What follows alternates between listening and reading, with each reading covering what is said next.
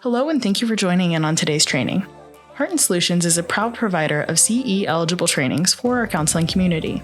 This training may be eligible for continuing education credit hours through either the National Board for Certified Counselors, provider number 7376, or the Association of Play Therapy, provider number 21-645. To obtain CE hours for today's training, be sure to follow the steps in the description below to find and take your quiz.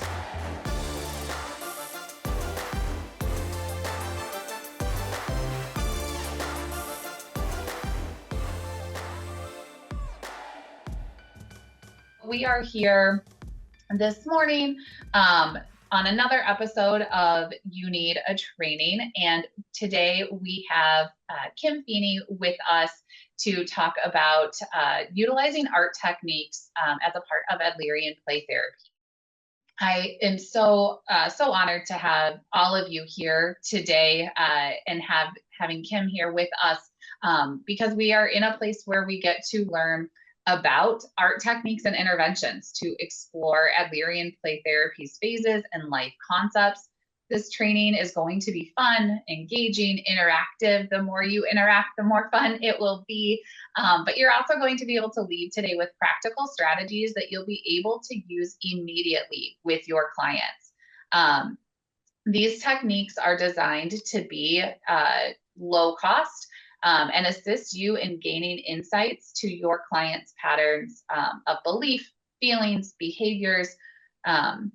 If you don't already, take a few minutes, go get some paper, make sure you've got some art supplies on handy. I'm sure Kim will give us some props throughout the course as well. So make sure that you are ready to play today. And again, I don't want to take up too much time, but I also don't want to throw you into this training without knowing a little bit more about Kim. For those of you who aren't familiar with Kim Feeney, she is a licensed independent social worker, a registered play therapist supervisor who resides in Davenport, Iowa. She has over 10 years of experience, the last 6 of which have been in private practice. Kim is an Adlerian play therapist, an internationally credentialed sand tray therapist, and works with children and families to determine the purpose of behavior and establish new ways to meet those needs. We, You Need a Training, are so incredibly lucky to have Kim with us today to share her knowledge about play therapy and art techniques and interventions through an Adlerian play therapy lens. I know you're going to leave with some incredible insight, new ideas, and interventions. And I don't want to continue taking up time. So Kim, I'm going to hand it right over to you. All right, sounds great. Thank you. We're just going to jump right in. So you're here for art techniques in Adlerian play therapy. A couple things I like to start my trainings off with is the fourfold way. This was developed by Adlerian, who was a cultural anthropologist, and she went around the world and asked like Native and Aboriginal cultures what creates happiness for them. And she came up with these 4 things. So show up and choose to be present. Just like with our clients, we need to physically show up, which all of you are here, and we also need to choose to be present. Technology and devices and thinking about who's picking up the kids and what you're making for dinner and all those things kind of go through our minds. So hopefully we can all choose to be present today and learn some ways to help our clients get better, just like we do in our sessions, choosing to be present. Paying attention to what has heart and meaning. And that's going to be different for each and every one of you, just like it's different for each and every one of our clients. So I may talk about a technique and you're like, well, I'm not sure I really like that one, or that won't work with my clients. And that's okay. There are lots of techniques we're going to be going through, and you don't have to use every single one of them. So choose the ones that are going to work for you and your clients and toss out the rest. I'm totally okay with that. So choose what has heart and meaning for you and your clients. Telling the truth without blame or judgment. We are going to be doing some artwork. We are going to be sharing some things. So again, just like with our clients, we want to be open. We want to be honest. You don't have to go very deep. You can go surface level in this stuff we're talking about today. But again, be open and honest and without blame or judgment. This is a judgment-free space. And then be open to outcome, but not attached. I'm sure each and every one of you has a objective or a goal for this workshop, and I'm definitely hoping to meet that. However, I also want you to be open to some surprises or some things you may not be expecting in this workshop, and some outcomes that may be different and unique. And hopefully we can all be open to that. All right. So we are going to start with introductions. Creating a puzzle. In your handouts, you have a template, but that template is like 10 pieces. That's the one that I use with clients. But for today, we're just going to take a piece of paper and divide it into 5 different sections. And then in each section, I want you to draw or write something that you want us to know about you. So go ahead and take a few minutes and go ahead and create your puzzle while I'm looking for mine. So I kind of did 3 on the top and 2 on the bottom. You can do 2 on the top, 1 in the middle, 2 on the bottom, however you want to do it. Just kind of create 5 different sections. All right. So I will introduce myself, and then if you want to share, you're more than welcome to. So, like I said, I'm Kim. My family is really important to me. I have 2 nieces and a nephew that come over. We go to movies, we do sleepovers, we go to like musicals, we do lots of fun stuff together. So they're my whole family, but especially those 3. I love to travel, so I put an airplane. I love going places, new adventures, fun stuff. I'm a huge sports fan, especially the Chicago Cubs, Iowa Hawkeyes, but I couldn't draw the Iowa Hawkeyes, so I went with the Cubs. Um, but I love all sports. I put a book because I love learning, I love teaching, I love reading. So that's kind of like a triple thing there. And then I put a butterfly because butterfly beginnings counseling is my therapy practice. And my work is very important to me.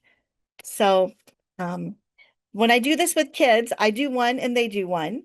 And then I have them put their name on the back because then all the pieces of the puzzle come together to create them. So that's kind of the metaphor that we use in the beginning. Would anybody else like to share and introduce themselves?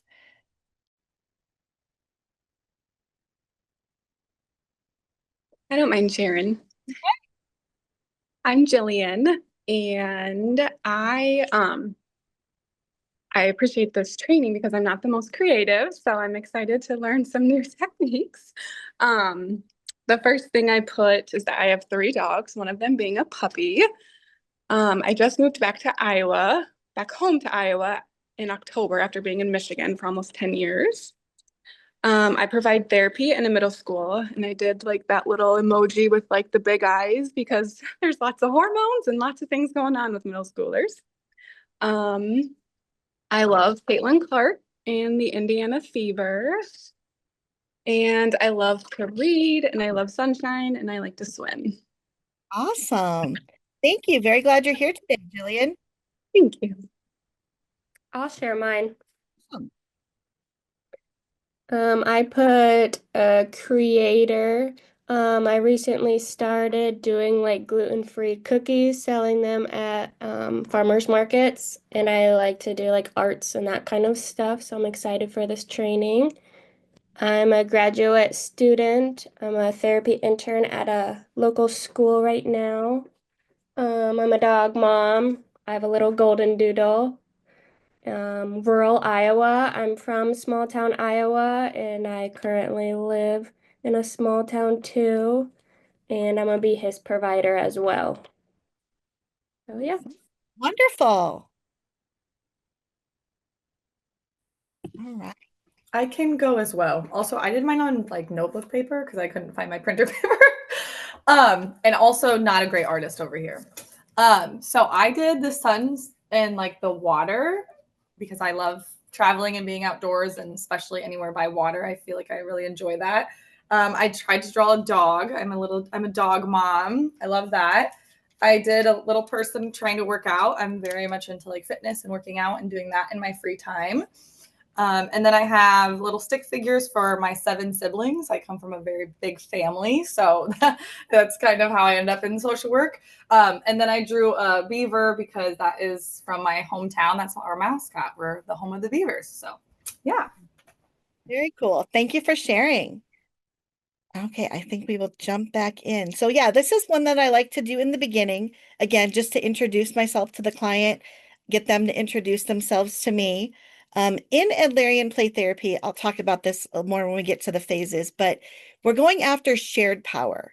So in phase 1, building the relationship, I am primarily non-directive.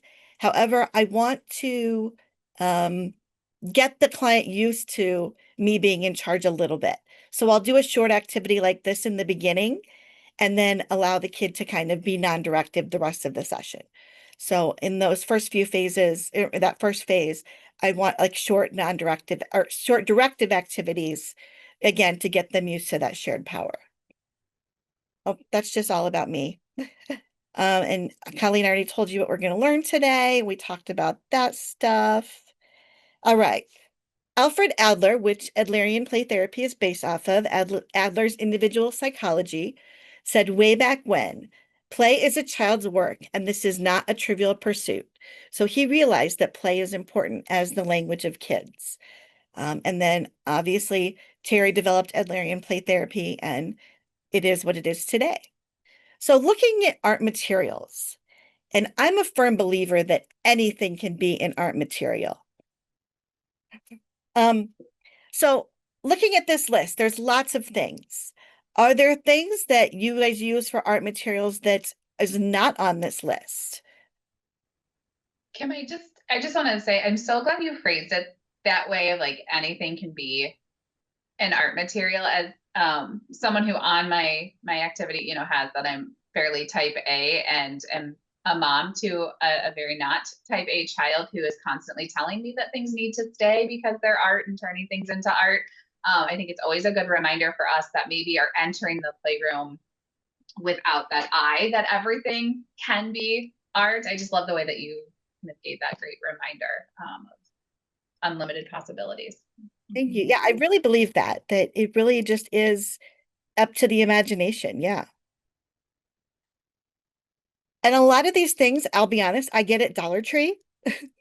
So, yeah, you can do this inexpensively. Obviously, being a play therapist, you have to constantly refresh your art materials. That is part of, what we do. So going the inexpensive route, yeah, makes that step a little bit easier. All right. So thinking about different art materials, and this is the expressive therapies continuum. And when we want more like cognitive processing, we're going to be more left brain.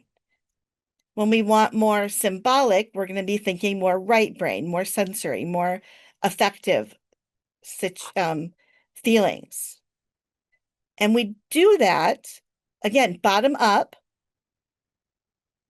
Bottom up is going to be, again, more kinesthetic, more sensory. When we get into that limbic area, if we go with Dan Siegel's model, the limbic area in the middle, we're more perceptual or affective, depending on which hemisphere we're in. And then that frontal cortex, either cognitive or that symbolic abstract. And then the materials that we use. If we use more resistive materials, we're more in that left brain. So thinking like crayons or not really clay, but like crayons over like pastels or watercolors. What watercolors would be more fluid, would be more right brain. Things like that. Or using like, I'm thinking like clay and model magic. So like clay is a little bit firmer, model magic is a little bit more fluid. You can mold it a little bit easier, things like that. So again, the type of materials you use can get at the brain functioning that you want. So looking at art, it can be spontaneous, non-directive. A kid can just come in and say, hey, I want to do an art project today. Or again, it can be directive. And again, when you're doing a directive, it can be broad. It can just be draw me a picture or paint me a picture or create me something. Or it can be specific, like draw me a picture about your family.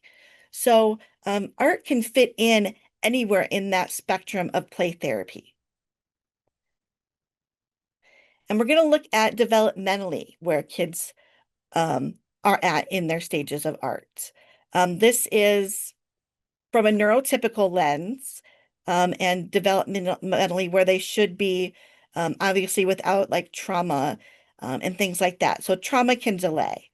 This is a good way to assess things like that. So if you've got a kid that's age 2 to 4, they're going to be in like that scribble stage.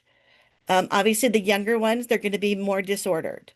And, you know, they're going to be just realizing that they can make marks on paper, things like that. As they get older, it's going to be a little more controlled. They may start to change colors, things like that. They may just be like in one part of the paper. And then eventually you get to those named scribbles, like where they scribble and they're like, oh, I drew you and me and we're together. And you're looking at it like, okay, in the back of your mind, obviously. One more thing I want to add that all the pictures on here, number one, they're either my nieces and nephews and I have permission to share them, or they're just things that I pulled off the internet. So none of these are client works or anything like that. So this was my nephew's from a few years ago. He's just turned 5 in May. So I think this was when he was like 3. And I can't remember what this picture was, but it was one of those name scribbles. It was supposed to be something. Then we're getting a little older. That's preschool age. We get into the pre-schematic stage. We start getting representational drawings, human drawings, but like their features may be exaggerated or they may be non-existent. Like this one, we have a really big mouth, but like no nose, no arms, things like that. And again, we're looking at how that kid sees the world. So it could be that the big mouth, maybe that person talks a lot. So that's what that kid is drawn to. Something like that. Or it might not mean anything at all. It may or may not have significance in this stage. Then that early elementary, they're going to start drawing objects.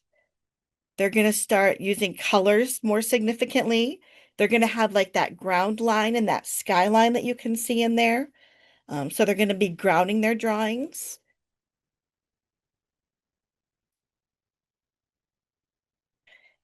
That upper elementary, they get a little bit more realistic. We have like some depth here, some 3D animals, different types of people, things like that. Now, this is when they're realistic. So like they're going to be like the tree has to have a brown trunk and a green top. That abstract color is not going to be in their mind. But then as they get older, this is like that tween age. This is where they start getting concerned about, are people liking my drawings? They start getting critical about themselves. So they may not want to draw. Or this is where a lot of kids like switch to drawing more cartoony type figures or anime because it doesn't have to look real. Things like that. And then in that like high school age to adults is where like we decide, are we going to continue with our artistic endeavors? It's kind of that choice stage. Are we going to keep drawing and being artistic or are we not? Are we just going to kind of let that go? Again, scribbles, doodles, collages. If you're working with like teens, give them different options. Instead of drawing, maybe it's a sticker picture or a collage. So using different mediums, you might get at their artistic talent versus having them draw.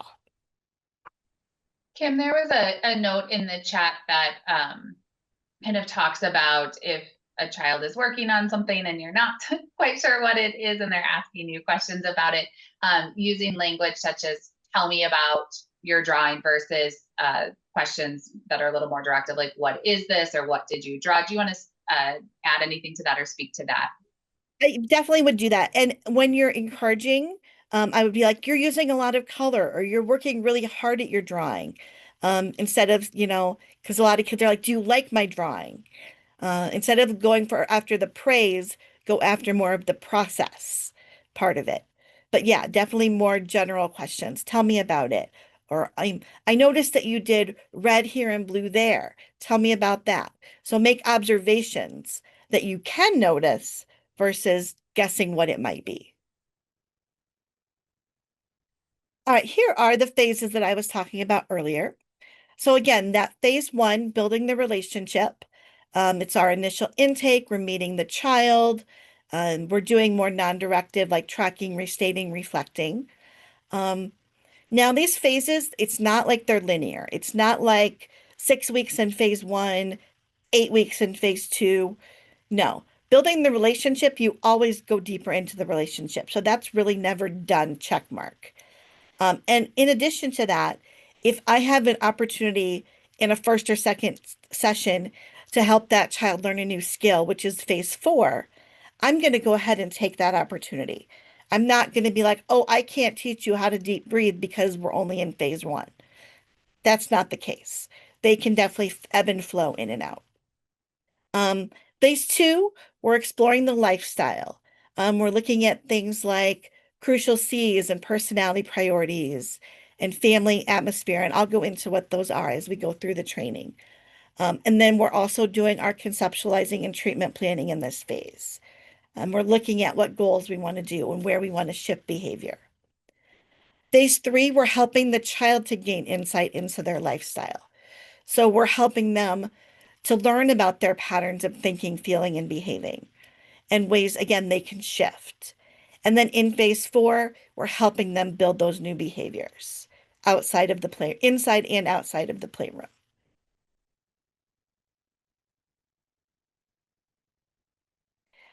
So looking at some phase one, building the relationship. This is another one that I do pretty early on. And I definitely explain to the parents in my intake that I do this because I use the word secret, top secret folder. And I don't want kids going back to their parents saying that we have to keep things a secret. Because when I introduce this to kids, I tell them that I have to keep things confidential, which kind of means a secret, but they get to choose to tell whoever, whatever they want to, that's their choice. But I definitely want parents to know that that's kind of how I introduce it. But I have lots of like manila folders or like file folders of different colors, every color of the rainbow, black, teal, pink, and the client gets to choose their favorite color. So again, I'm learning something about the kid. The only thing that I put on the folder is their name and the words top secret kind of on the tab. And again, I go into the whole confidentiality thing. And then the kid gets to decorate the folder however they want. I have, again, paints and markers and glitter glue and stickers, pom-poms, all the things. And they get to decorate it however they want. And then throughout their treatment, I put worksheets and pictures and things in the folder. And then when they terminate, I give them the folder as kind of like this was your journey. So it's kind of a culmination. And I have kids like 2 or 3 weeks after we make the folder. Do you still have my folder? So they are interested in, if I still have it, where I keep it, all that kind of stuff. So again, just starting to build that relationship and learning things about the kiddo. I also want to know, because obviously in the intake, I get the parents' kind of goal of therapy. I want to know what the kids want to get out of therapy. I want to know what they know about coming to therapy. So I'll have them do a drawing or a sculpture. Again, all these prompts, they can be used in whatever medium works best for you. A lot of times I'll say drawing, but again, it could be sand tray, it could be Legos, it could be a puppet show, it could be in the dollhouse, whatever, again, what has heart and meaning for that kiddo. So meeting them where they're at. But setting an intention for the therapy? What do they want to get out of it? What problems do they see that, they're having at school or home or wherever? And then again, we draw a picture about it. What's their purpose? What are their goals? So yeah, like I said, I just like to get their perception of things because reality is subjective and everybody's perception is different.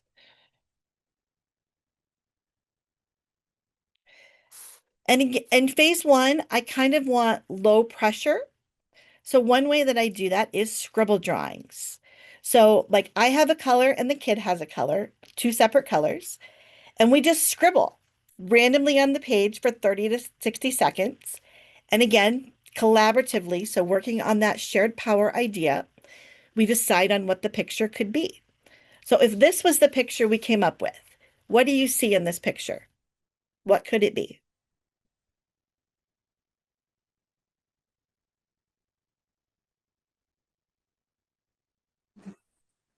It could be a maze.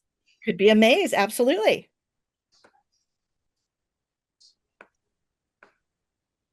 I see a fish. Okay.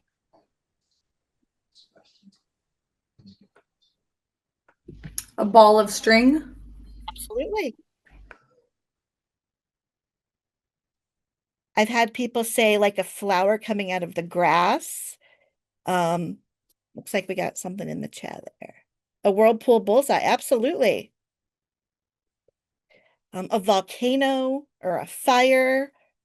So again, and when you're collaborating with your kiddo, you're getting their perspective. You're asking, what do you see in the drawing that we did? And again, you share your ideas and you can assess, are they able to see your perspective? Are they able to shift and see something different? Or are they really stuck on, no, this is what I see and this is what it is. So again, we're learning things about the client.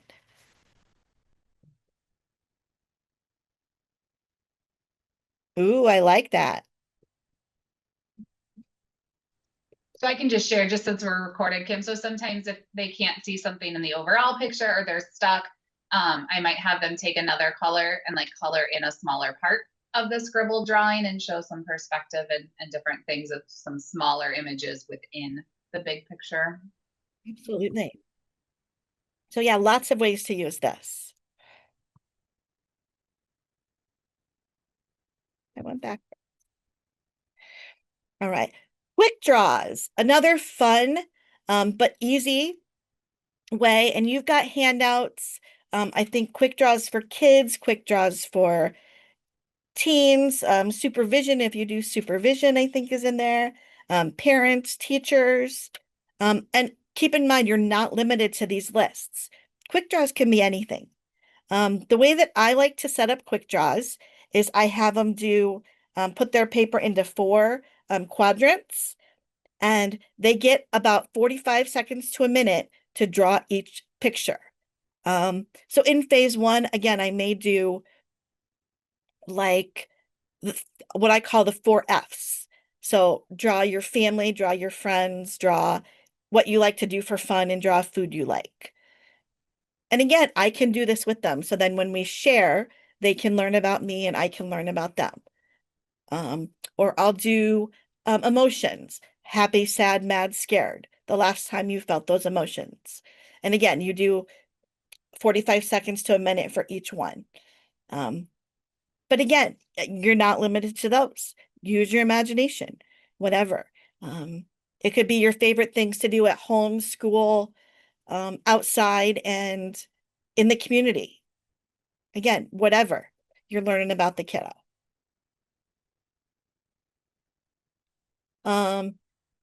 Having the child create a sculpture about themselves out of foil or clay or Play-Doh or Model Magic, or again, whatever you've got available.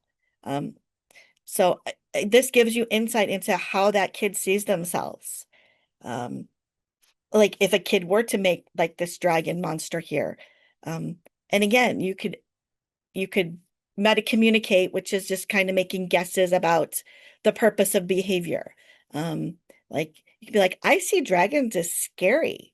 Maybe you see a lot of fear in yourself, or You think other people might be scared of you, might be some ways. And again, how they draw themselves gives us insight into their perception or how they create their sculpture. So I've also done this as a family activity where the family creates a sculpture for to represent the family. And I've done it a couple different ways with families.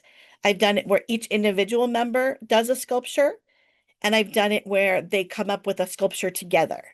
So again, depending on your intention and what you want to get, it depends on how you do it. If I want to see how they're more interact and like who takes the lead, who follows, I may have them do it one together. If I want to get each individual's perception, I may have each individual do one separately. Again, we can have generic prompts. So just have them draw you a story. This could be a story about two dragons that are really good friends, or it could be a story about one dragon teaching another dragon to fly, or they're going on an adventure into the volcano. Again, it can be anything. But keep these stories in mind, because as we get into phase 3 and phase 4, we can use the child's story to help them gain insight or to help them learn new skills. So I like to gather a bunch of stories that the kid creates early on, so then I can use them in later phases. And I'll explain how to do that later. Inside Out obviously is really popular, especially lately. So you can have them do their personality islands like Riley's. You want them to have at least 3. So important people, hobbies, and strengths. Obviously they can have more if they choose.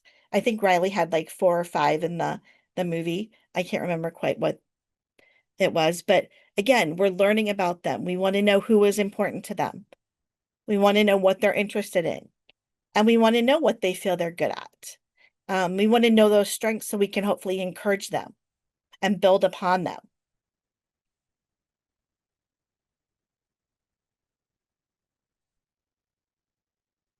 Also, going back to Disney, I love Disney. Encanto is a great movie for information. So Flowers and Weeds. Again, it's in your handouts, but basically this activity is a family activity where the flowers are the strengths of the family and the weeds are the problems or the issues. So again, in this first phase, we're just kind of figuring out what's going on. And again, we want to know the assets of the family. And we want to know what the issues are. So what I like to do is have each individual do at least one flower and one weed, and then they can collaboratively come up with others. Again, because I want to get each individual's perspective, but I also want to see the family's perspective and what they come up with together.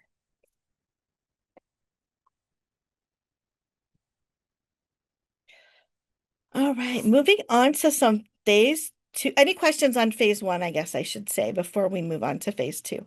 Sometimes I get going and I just talk. All right.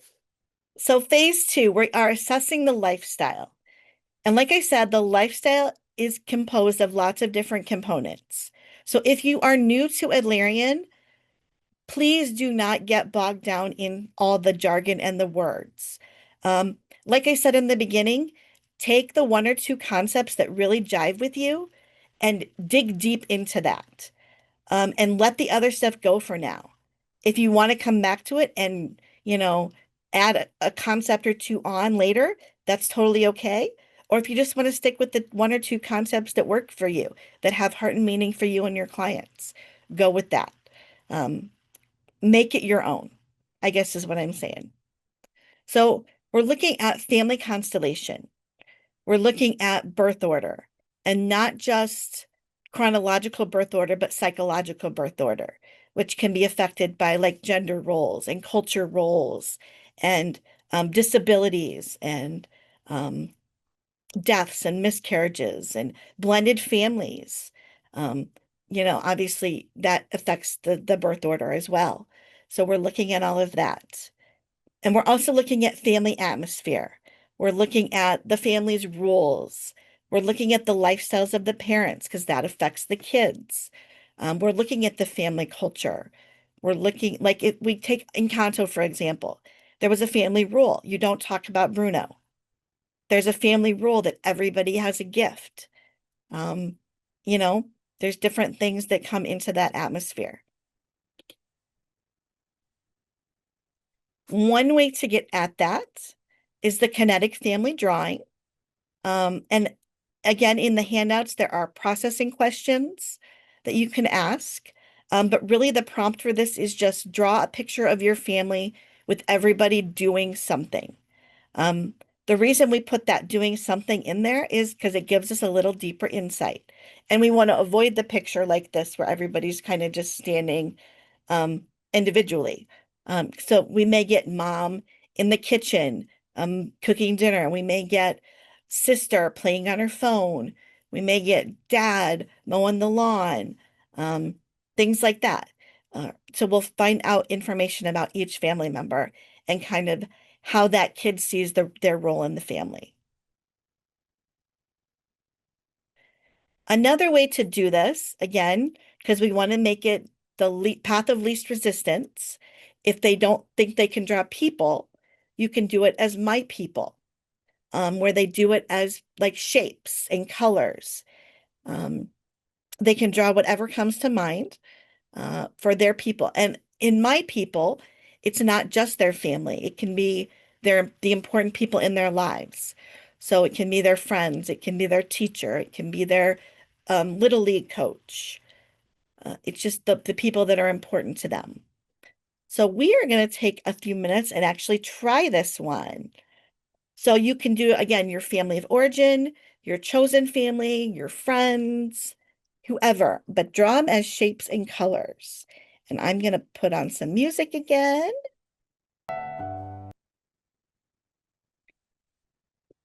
All right. Are there one or two people that would like to share their people drawing? I will. Hey, you.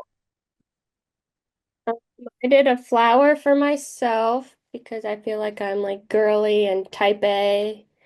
I did a sun for my fiance because he's like a really bright person and cheerful. Then I did like a brown dirty fluff ball for my dog. Love it. That's awesome. Thank you, Abby. I can also share. I didn't know if ours was supposed to be doing something, so I made mine in bed. And the two circles are my big dogs taking up all of my bed. So I have a big dog and a little dog.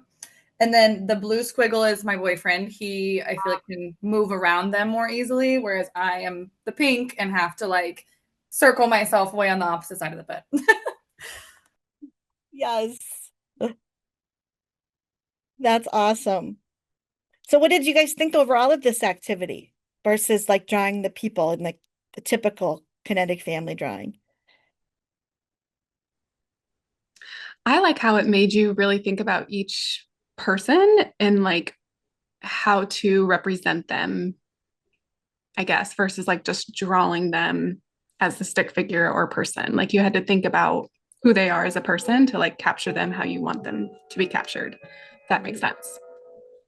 And then again, as the client tells you about their drawing, you're learning how they see that person. So you're gathering some of that information that for that family constellation, family atmosphere. Absolutely.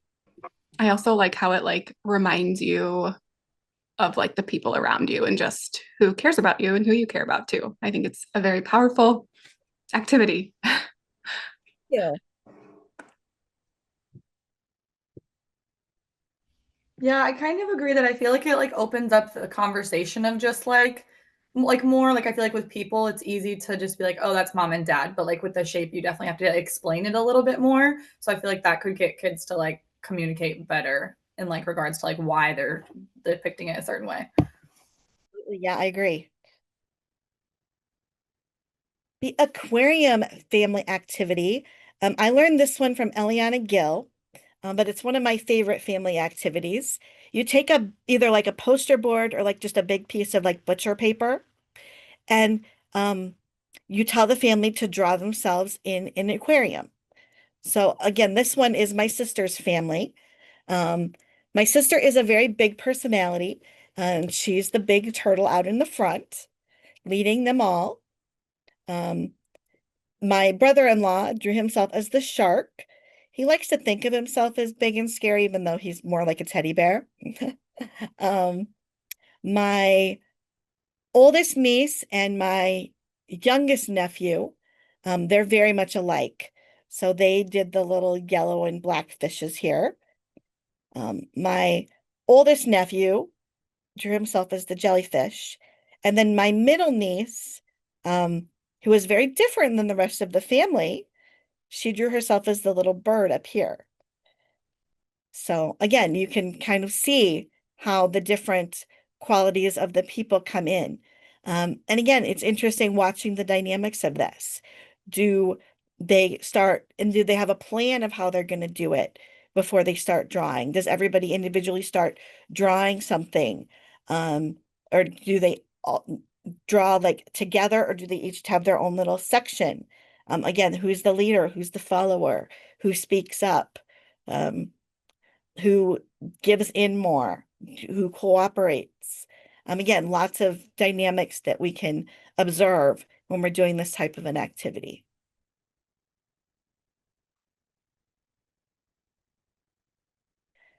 The rose bush or the garden.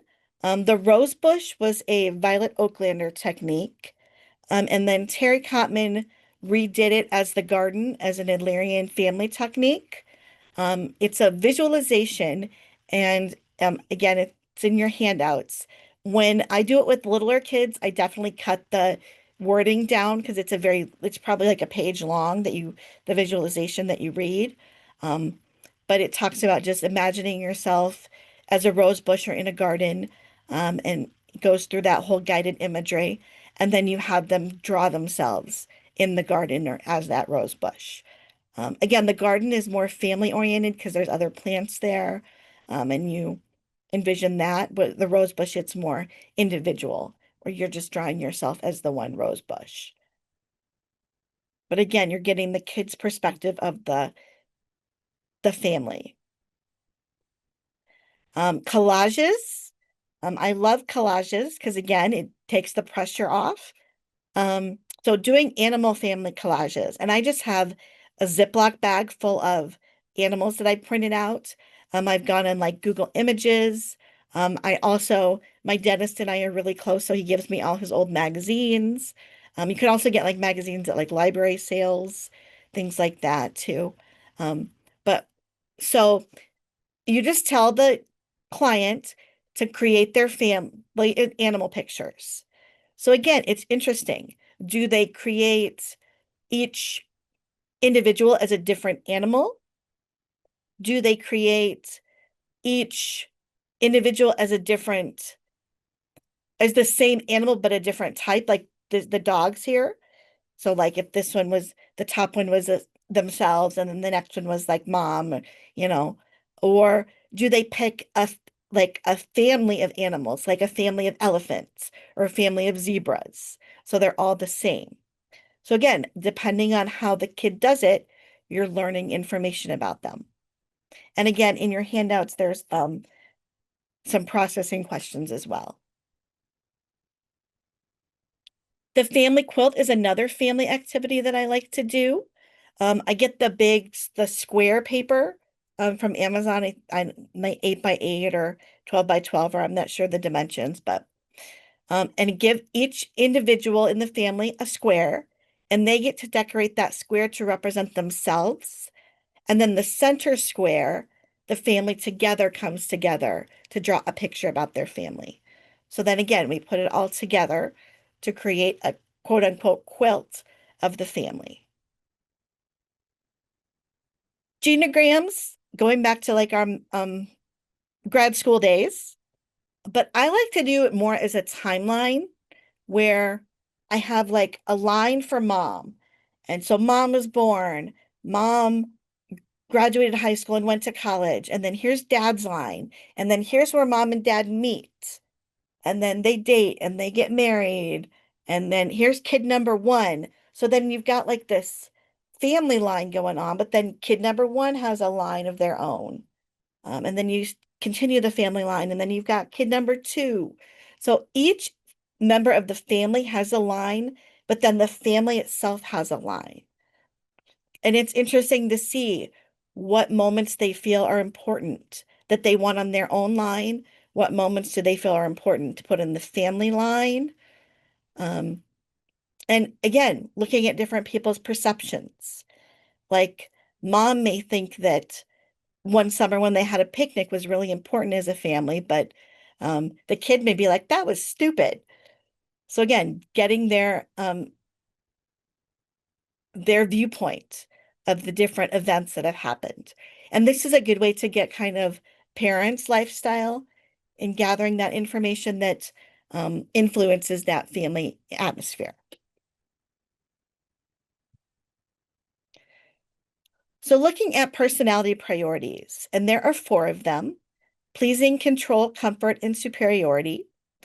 They all have strengths and they all have challenges. So no personality priority is better or worse than the other ones. And if you want to go deeper into the words and the jargon and stuff of Adlerian, I know that I did a training that I'm sure Colleen has recorded on Intro to Adlerian that you can always go, and we go deeper into all these concepts that I can't go in depth in today. So, but one way, if you have a control person, I'm sure you can all think of what a control person would be. Having them get messy. So again, remember we talked about in the beginning that continuum. So using finger paints or shaving cream would get them a little more flexible. And just, again, having them create whatever. It doesn't matter. The importance is that they get to create that mess and they get to leave it messy versus having everything controlled and organized. Another way with control personality priorities or superiority personality priorities, I create a shared character. So you kind of accordion a paper into 5 different sections. And then like I would give the top section to the kiddo and they would draw a head. And then they would fold their head over so I can't see it. And then I would draw like the arms and the neck. And then I would fold that over so you can't see that. And then somebody would draw the torso. And then someone would draw legs and then feet. Again, if you could do it as a family activity, you could do it as a group activity. And then obviously you unfold it and you've got a shared character. And then with that shared character, you can give it a name. You can create a backstory for it. What are its likes? What are its dislikes? Things like that. But it's interesting to see the different things. And again, even a control person, if they have 1, 3, and 5, that they kind of create the same. But if you do 2 and 4 totally different, it's going to be something unique. Pocket Pals. And this is actually the Pocket Pal that I made at my very first training with Terry. So I still have it. But Pocket Pals I do for like especially pleasing personality priorities. They make a friend that will stay with them no matter what. So even if they set a boundary or they say no to something, that friend, that Pocket Pal is going to like them and be with them. Looking at crucial C's next. And again, crucial C's: connect, count, capable, courage, all positive attributes that we want to encourage in all our clients. So when in doubt, boost the crucial C's. So with clients that are low in courage, you can have them draw a dragon and a way to go around it. So again, we've got this big scary thing. How are we going to go around it? So we're building their growth mindset. And I like to have them think of multiple possibilities. Can they, like with this picture, swim under the water? Can they, um, like trampoline over it? Can they run really fast around it? Whatever the things may be that the kid can come up with. What are some other ways you can think of to possibly go around this dragon? Who's got an idea? I may have misheard you. Kim, did you say swim under it already? Is it on water or the mountain? You can swim under it, absolutely. Mhm. Anybody else have a suggestion? Fly over it. Here you go. Yep. You could pet it. Maybe it's really friendly. Oh, maybe it's toothless. Maybe it'll start hiccuping. That's in my head. I was thinking, it's looking one direction. You could just, sneak around it. So, There you Yeah. So we're just building that growth mindset. Toothless. I have not seen the new How to Train Your Dragon. So Toothless and Hiccup are characters from How to Train Your Dragon. As a play therapist, I probably shouldn't admit that I haven't seen it, but one is a scary dragon, one is a small boy. So my brain went to the book Paper Bag Princess. I don't know if anybody has read that one. And so teasing the dragon to fly around the world and exhaust itself. So I'm gonna have to put How to Train Your Dragon on my list though. Absolutely. It's on mine for sure. Gremlin puppets, again, for clients that are a little bit low in courage that they stop themselves from doing things because they might not succeed. I have them create a gremlin puppet just out of like a paper bag. And then we take all their worries and all their fears. And I literally have the gremlin puppet eat it up. We shove it inside in their stomach. And the gremlin kind of ate all their fears away. So yeah, again, the gremlin puppet, they can create it however they want. And then again, we just use it to eat up their worries. Because remember, in play therapy, the doing is the therapy. So actually having them do it with the puppet, just, I think the insight goes that much deeper. For kids low in connect, and again, connect, we're just working on that connection. We can do face painting or makeup or nails. I will say get parent permission before you do any of this, of course. But again, having them allow you to do that for them. And again, if they want to do it for me, I allow that. Things like that. So again, we're just connecting. We're building that relationship. We're talking about books. One of my favorites, The Invisible String. And I've done this again individually where the kid puts their name in the center and then they draw out who they're connected to with strings. And I've also done this as a family where each family member puts themselves in a circle and obviously connects to themselves, but then they draw who they're connected to as a family so they can see all like the resources and support that they have. Energy drawings. What kid does not understand the concept of a dead battery nowadays? I think they all do. So this one, again, I'm specifically thinking of people pleasers, but we're on crucial C's. But so again, connect. What drains your connect or what drains your connect energy and what amps it up? Things like that. And again, they can draw or write in the different sections of the battery, the things that drain them and the things that charge them. That's the word I was looking for. This one's similar to the string one, but circles of intimacy or safety, where you've got the kid in the center. And again, each outgoing concentric circle. So they start with the people that are closest to them. And as they move out, the people that they're less close to. I like to do this one, especially, it's stereotypical, but tween girls that are having all that drama. And we'll talk about, okay, you've got Susie really close to you. And I noticed that every time you're with Susie, you guys get in trouble. But you've got Jennifer who's way out here. And when you hang out with Jennifer, you always come in and you tell me about it and you're smiling and you laugh about the things you did together, I wonder if maybe what are some ways we can maybe move Jennifer in a little bit closer? And maybe you want to reconsider having Susie so close. So again, it just sparks some of these conversations. Collaborative drawing, again, we're looking at that shared power. I'm just drawing a shared picture with the kiddo. Again, there's a couple different ways you can do this. I've done it where they draw something and then I draw something and we go back and forth.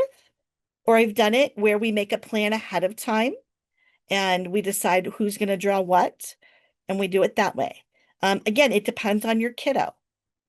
If I've got like a control kiddo, I'll probably do the taking turns because I want them to get a little less control. If I've got like a kid that is more of a pleaser, but we're still working on connect, I may develop a plan and like let them lead the plan, let them direct. So again, we're looking at what is the lifestyle of the kid to direct our different interventions. Love languages. There are so many things you can do with love languages. Just a reminder, it's gifts, physical touch, words of affirmation, acts of service, and quality time. So you can do pie charts, like and do it, this one I like to do family-wise, have each individual in the family do a pie chart for the slice of each love language. They can do, I've done quick draws with love languages, where they do like their best gift, the best day they've spent together, the best compliment, who gives them the best hugs, and there's one I'm missing. What's the best thing somebody's ever done for you for acts of service? And do it as quick draws. The other thing you can do is like lists. Do like, have each member of the family write things that they like to do under each category. And then what I do is I kind of assign homework to the family to put that on the fridge. And then at least once a week, have each member of the family do something positive for each other. So again, having that list, they can just go, okay, mom really likes acts of service, and I noticed that the dishwasher needs unloading. I'm going to go unload the dishwasher. Something like that. For kids that are low incapable, I love to do superhero drawings. I've done this where they just do it like take the gingerbread man like on the regular piece of paper. I've also done it where I've put out big butcher paper and I'll have a parent come in and literally trace the outline of the kid's body and we'll make like a life-size superhero, which is really cool because then they've got this big giant superhero plus it's themselves. So the attributes that they put on the superhero, they get to actually see what they would look like on themselves. So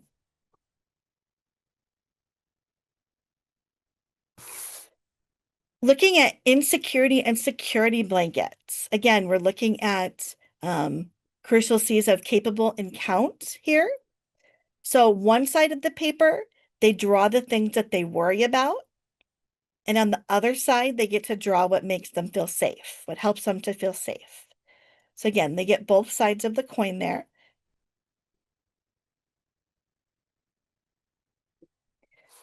Problem pass around are used for family or groups.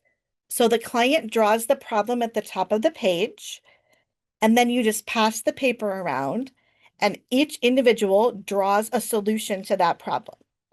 So kind of like we did with the dragon, we've got this dragon and we need to go around it. We get different solutions. But this one, we just pass the paper around.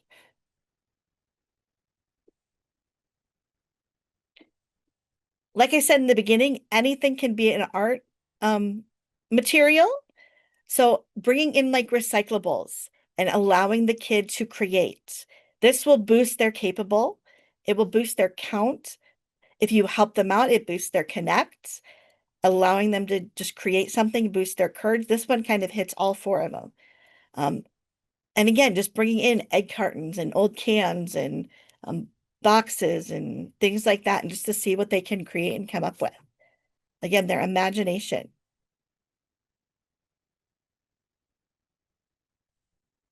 You can help them make a board game. You want steps that go forwards, things, pieces that go backwards. Obviously, you've got some sort of a goal for the game or issue or problem that they're trying to overcome. I like to challenge my clients to make it a collaborative game versus a competitive game. Just again, because we're kind of going after that shared power. And obviously you need some way to move. So if you want to do cards or dice or a spinner, however they want to do that. But then they can move their way through their own problems. Having them create fairy godparents or guardian angels. Again, this is for kids that feel low in count, building or creating something that will always be with them. And then I like to do, okay, so if you had a fairy godparent or a guardian angel, what 3 wishes would you want them to grant you? Because again, you get at some of the things that that kid might want. Again, for count, having them trace their hand and they get to draw the ways that they count to other people or that they matter. Or a treasure box. And I just get wooden treasure boxes from Amazon, or I think I've gotten them at Dollar Tree before, or Hobby Lobby, or wherever. And they get to create the box. And again, inside, they get to draw pictures of what others treasure about them. So again, ways that they count. Or you can use that with bibliotherapy. Whose bucket do you fill? Again, do a treasure chest or do a bucket or whatever, however you want to do that. Looking at different life tasks. So we're looking at big buckets of functioning here. So family, school, friendship, self, and spirituality. Similar to the kinetic family drawing is a kinetic school drawing. And again, you've got processing questions in your handout. It's just draw the important people at your school doing something. I always make sure they include like the teacher, a couple classmates, the principal, and whoever else they want to include in their drawing.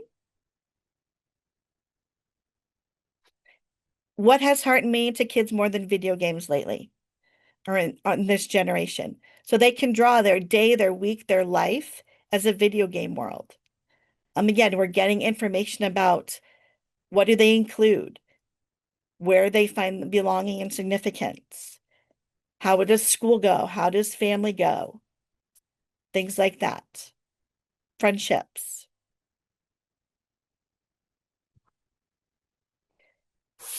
Comic strips, I had a client who was obsessed with comic strips. She always used to come in and want to create a comic strip about her week, her and her friends, about the adventures that they had. So it was a good way to give me insight into her lifestyle.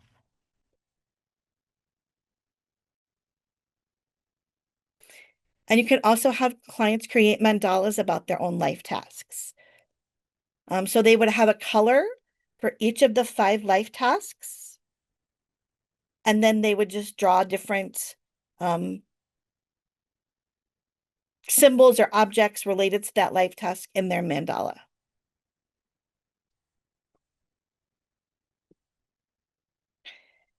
We're getting to the end of phase 2, I promise. It's a long one. Goals of misbehavior. So again, we're looking at attention, power, revenge, and proving inadequacy. And the best way I found to get this one is to just have them draw what happens when they get in trouble. It gives you insight into how they respond when they get in trouble, how the parents respond when they're misbehaving, and what happens afterwards.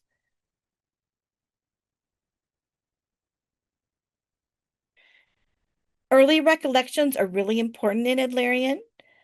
Early recollections are just our early memories. And obviously with kiddos, it can be anything that happened before that session can be considered an early recollection. So it can be what happened earlier that day would be a memory for them. It could be what happened last week. I like to do a focused early recollections with kiddos. So like if I've got a kid that's struggling with school, I'm going to ask them to show me what happened in your first days of school. If I've got a kid that's struggling with friends, I want to know, show me about your first best friend. So I want to do focused early recollections to get at where their current patterns of functioning started. So then you've got all this lifestyle stuff. And we want to boil it down to that kid's beliefs about I am, others are, and the world is. And one way that I have them do that is to create a Pokemon card. And I will stop my share so you can see this bigger. So they come up with a name. I named my Pokemon Butterbolt because, like I said, butterflies are really important to me. I get to create a drawing of my Pokemon. So there's my drawing. I made myself an electric type. I get to put my strengths. So my strength number. And then I get to put my attacks. So how do I keep myself safe? And mine was I have lightning antennas and I have wing wind. So my wings flap really fast so I can fly away. Kim, can And you share what those prompts were again? so you just the name of the Pokemon. I'm sorry, like you said, like the beliefs. I am, Oh, others. others are, the world is. Sorry, I got No, confused. you're good. Love it. And then my ability. So what are my strengths? And I put that my Butterbolt can fly at the speed of light. So again, looking at metaphorically looking at what does the kid identify as strengths for I am? How do they keep themselves safe? Others are, the world is.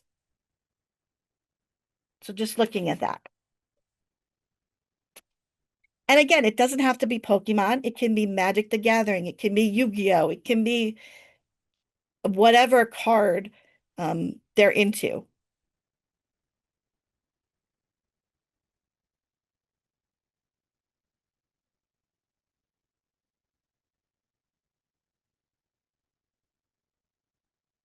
All right. Phase 2. How's everybody feeling? I see lots of head nods. All right. So we're going to look at some phase 3 stuff. This is where we want the kid to gain insight into those I am, others are, the world is that we discovered in phase 2.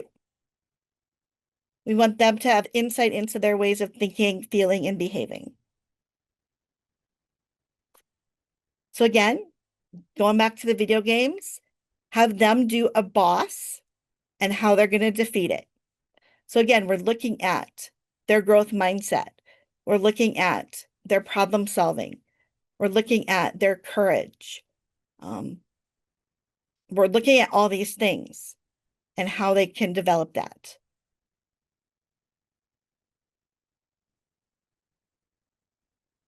Navigating obstacles. They get to take their problem, whatever that may be, whether it's anxiety or social skills or anger management or emotion regulation. And what I like to do is draw it out as an obstacle course. What are the sizes of the issues in front of you? The problems? What are the shapes? What are the colors? And again, how are we going to get around it? So we're navigating their problems, their issues. We're helping them to gain insight. When moments of dysregulation occur, how can you navigate that? When moments of anxiety occur, how can you navigate that? And another way that I've done this, I've actually created physical obstacle courses in my playroom, and we've navigated that. And we can put in techniques like, okay, in order to cross this bridge, you have to take 3 deep breaths with a pinwheel.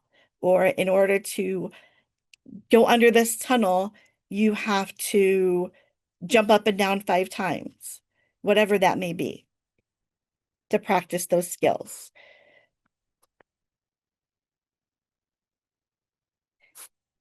I like to know what the ideal is for the kiddo. So again, drawing their ideal family or ideal school environment or ideal friend.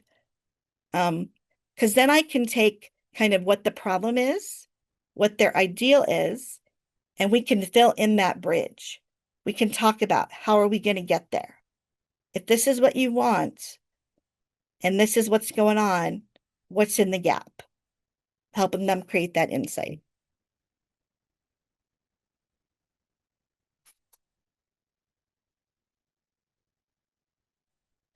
Lifescape collages, again, just magazine pictures or clip art or whatever you've got.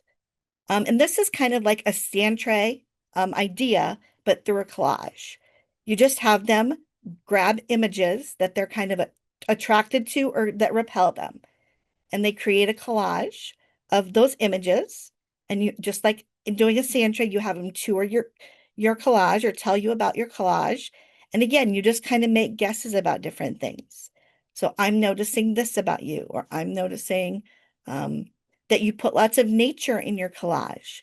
I'm wondering if a way that we can work on your anxiety is to be out in nature more. So again, just making those connections.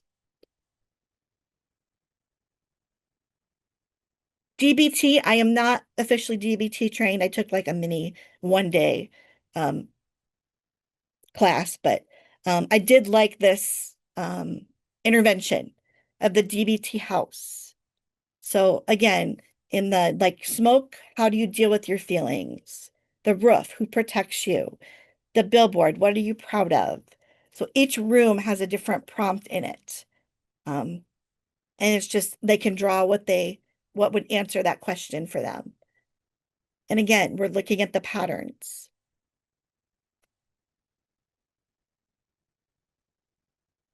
Stranger Things, bringing in some more pop culture, looking at the upside down. So we take that client's greatest strength and I have them create a world, what that world would look like if they didn't have that strength. So like I had a client that was really athletic. His whole identity was based off of his athletics. He only felt he counted when he scored the winning goal. He only felt significant when he was playing on a team. And I wanted him to see that he was so much more than an athlete. He was smart, he was creative, he was funny, he was kind. So we did an upside down where he didn't have sports. So he could kind of get an insight look into those other strengths that he has. And then we can start building those.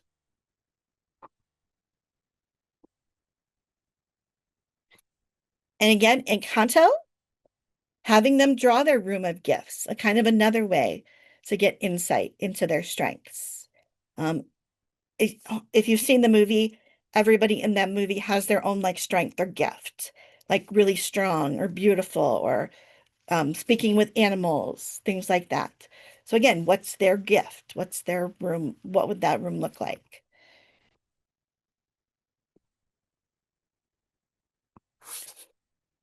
So then once they have all the insight, we want to reorient and re-educate. Glitter bottles, love glitter bottles. And again, I like to pair this with the book Moody Cow Meditates. It's a book about this kid, a cow, who has a really bad day. Like everything goes wrong. He crashes his bike. He's late for school. His sister draws on his skateboard. He gets in trouble for breaking a window because he's angry. So mom calls grandpa who comes over and they meditate. They make a jar and they meditate and he calms down and he sees that things can be better. So obviously I don't do jars. What I like to create these out of, if you know the tall, skinny, like ice water bottles, those are the ones I like to get. And I drink those regularly, so it's like easy to collect those for me. But then again, you just add the water, the glue or glitter or whatever, If you want any like food coloring, and then I always glue the lid on because I don't want kids having the lid explode. And then we just practice. We shake them up. We practice breathing. We practice watching the glitter fall.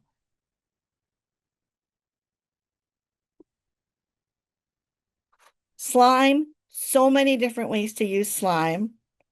Again, you can use it as problem solving because, if it doesn't work out, what do we need to add? What do we need to do? We can use it as like recipes or potions. So if we're creating a friendship potion, okay, we want your friend to be kind, so we're going to add this. We want your friend to be funny, we're going to add this. We want your friend to like soccer, so we're going to add this. You can use slime just as emotion regulation, playing with it. I said problem solving. Again, anger management or emotion regulation. Just so many different uses for slime, and kids love it. I probably make slime at least once a day. And I'll be honest, I go simple. I just get the activator that's already there and the glue. I don't use borax because it's not really good for kids. And again, I have them add in like the glitter and the clay and the shaving cream and the lotion and all the little add-ins when we make slime too. Do you guys use slime in your playrooms? No? I got a little of both, it looks like. I do, and it's not funny, but sometimes how like they've never played with slime before or even touched it, and like the sensory and how like some of them won't even touch it. So just navigating those sensory things can be fun too. But Nice way to do it. Yeah. And I love it when you've got kids that are so excited to make it, but then yeah, they won't touch it. Mhm. And again, you can kind of build up their tolerance through that. Absolutely.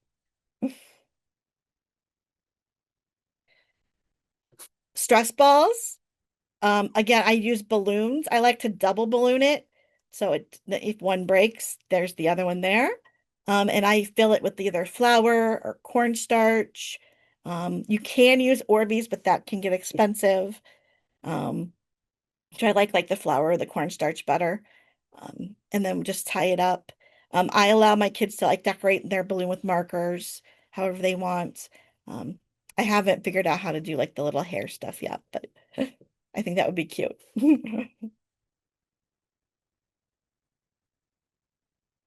Snowflakes, and fingerprints. Everybody is unique and different. Just like every snowflake is different and every fingerprint is different. So usually in the winter, I will do the snowflakes because we're in Iowa and it snows. You just fold up the paper and cut different patterns out and then unfold it, and you've got your snowflake. And then I will have them write or draw, again, the ways that they're unique. And then fingerprints, same idea. I'll like print their hand, and in the rings of the fingerprint, they can write the ways that they're unique and special.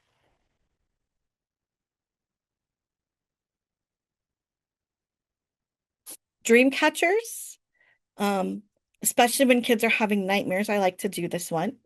There's a template for a paper one in your handouts. I like to do it with like a pipe cleaner and string and beads and feathers. Again, I just think you can get a little more colorful and a little more creative that way.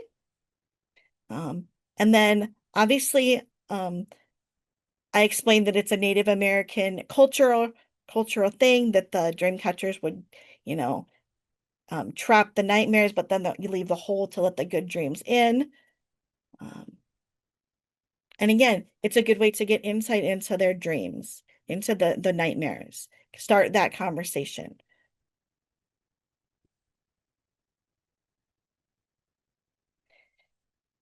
Building off of my EMDR training, I will have kids make containers. Again, I will get like the wooden boxes that they can decorate. And I will have them put different things in the containers. Sometimes it'll be like a worry box where they'll put like their worries in there. Sometimes I'll have it be like a gratitude box where they'll put things that they're grateful for in there. Again, depending on the kiddo and what I'm trying to get out of the intervention, is depends what I have them put in the box. Another one that I got from my EMDR is having them do a safe place. Now keep in mind some kids, that word safe can be triggering. So you may want to use happy place or calm place or peaceful place.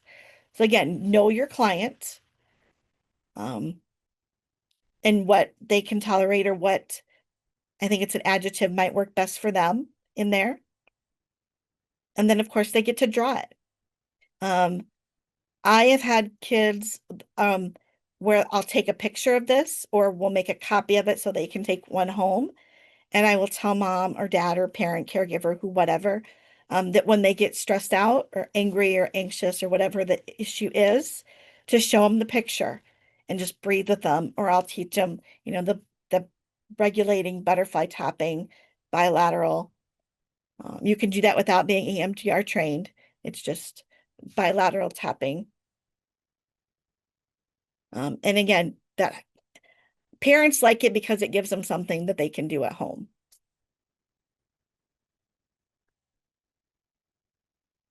All right, this one we are going to do. So go ahead and grab a piece of paper. And you're just going to fold it into thirds. So it looks like a menu. And then on the front, you get to name your restaurant. So like mine could be like Kim's Cafe, or whatever type of restaurant you want to name it. You get to come up with your name. And then on the inside, on the first third, you're going to have your appetizers.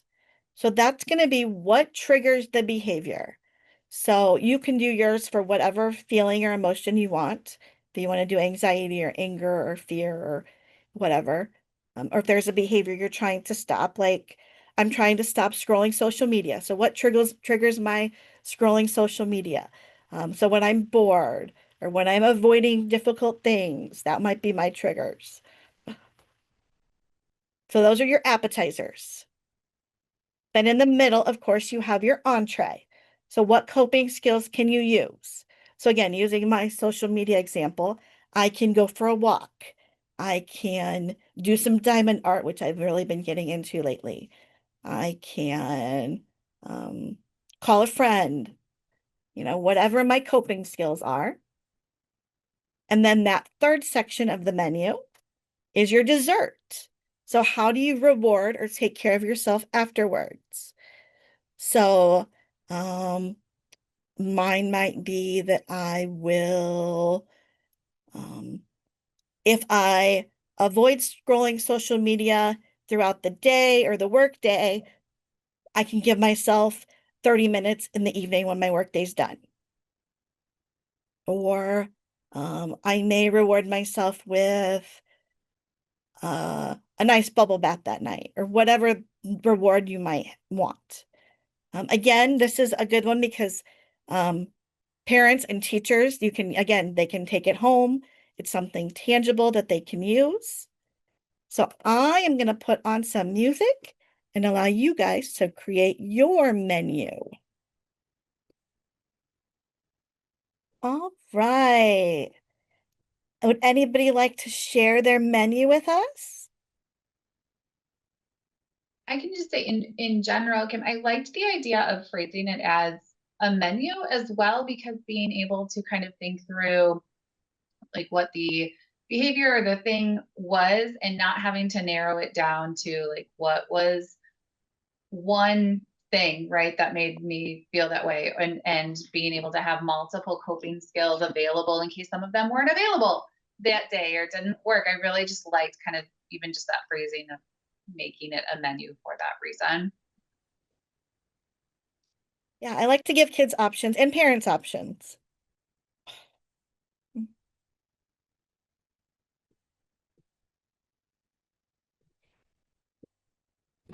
I found that like I felt like I was struggling to figure out my desserts.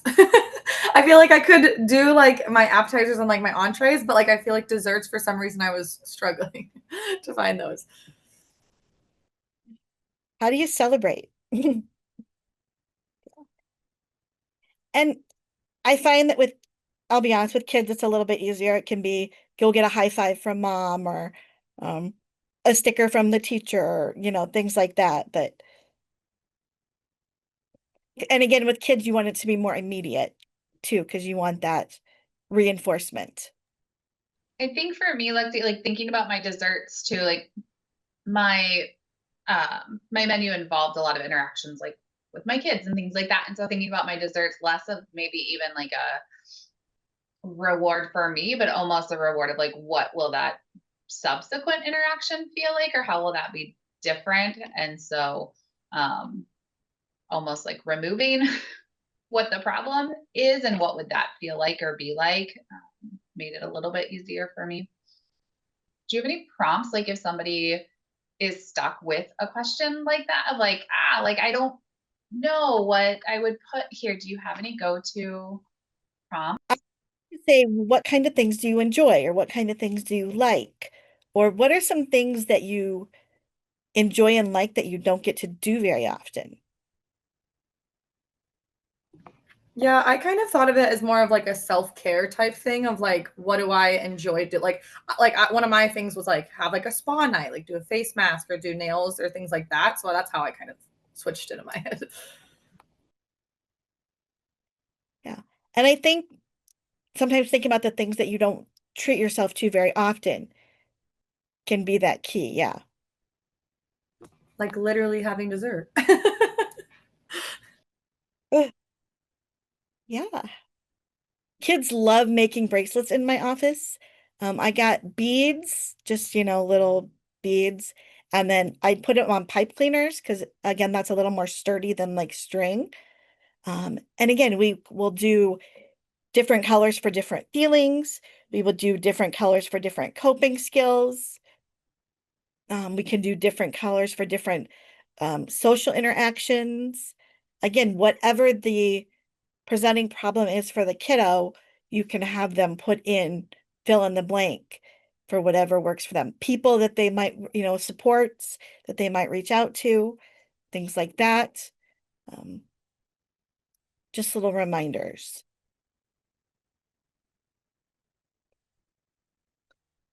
I started doing pipe cleaner fidgets when I was a school-based therapist, because a lot of the fidgets obviously have noise and sound, and they're distracting to other kids. But a kid like rubbing a pipe cleaner under its desk or having a bead or two that they can, move back and forth, it's a quieter, less distracting fidget. So, and again, they can create shapes, they can create different colors. And I do allow them to put a few beads because again, on the pipe cleaner, they don't make a lot of noise. So the teachers that the school that I was at really enjoyed that because again, they were quiet and less distracting. So that's when I started doing those.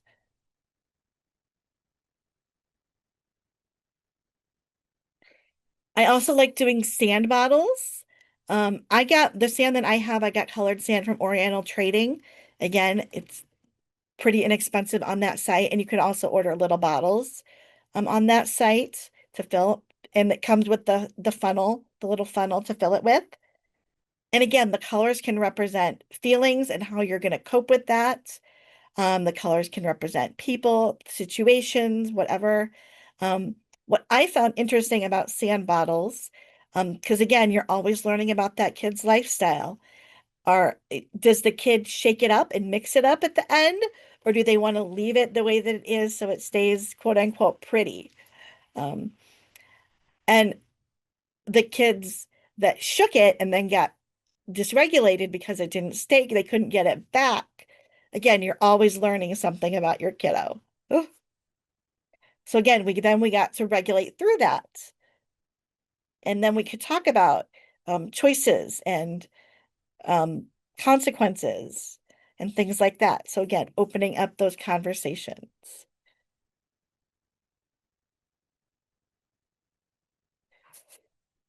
Zones of regulation is another one that I learned kind of in school. And again, what I like to do with this one is have the kid choose like a TV show or a book series. Like I've done Harry Potter, I've done Ninja Turtles, I've done superheroes.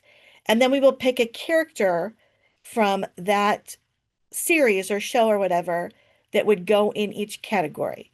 So like blue for the Ninja Turtle, I think we picked, I don't remember which one we did, but um, you would pick the Ninja Turtle character that would be in that blue category. Could you try again? Or and the green like would be like Michelangelo, who's always happy.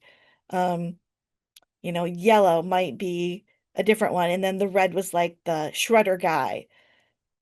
So again, you can have them create or draw the character that they like that goes in each zone. And then what I like to do, again, I did this in schools, so I would give the kid the paper and I would give them like a coin or a token, and they could put the token on the zone that they're feeling at the moment. So then if the teacher looked down and saw that they were like blue or yellow and maybe needed a break or needed to do something to regulate, they could do that before it got to that red point. So again, it was a silent way to communicate what the kid needed in the moment.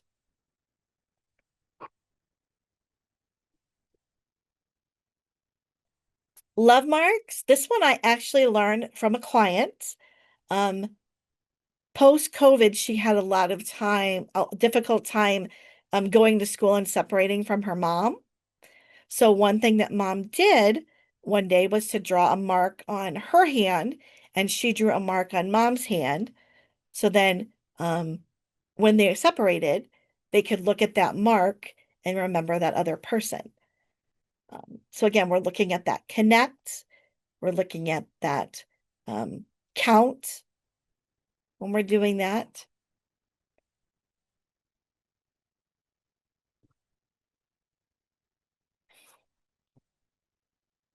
Preparing for a rainy day. I like this one a lot too, where you write your worries or your stressors in the clouds. Of course, your umbrella is all your coping skills. And then again, the bottom, what the things you want to grow or the assets you want to strengthen. So I've had kids that do this. Again, like if they're struggling with friendships, we'll put down here they want to grow, making friends or connecting or sharing or compromise, things like that. Or if it's like emotion regulation, we'll put, I want to grow, being able to take a deep breath, being able to walk away. And we can also do their coping skill, whatever their coping skills are, whether it be taking a walk or playing video games or doing art.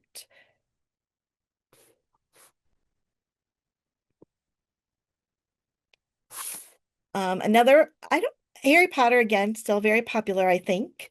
And the new series is coming out soon on HBO, so get ready for that one. But the idea of the Patronus was like the strength and the protector. So I will have kids to develop a Patronus, something that will provide them strength when those triggers arise. So something they can visualize or think about. This is another one where I'll have either mom or dad take a picture or take the drawing with them, because again, it can provide that in between session regulation. I think mine would be a butterfly. Anybody else have an idea of what their Patronus would be? It doesn't have to be an animal, just something that provides you strength. You guys are stumped. I say we group this morning, so I'm figuring out how I've never heard this word before. This is a new vocab word for me today, Kim. So yeah, it is for me too. I think I would do a cross for mine. That would be a good one. Yeah.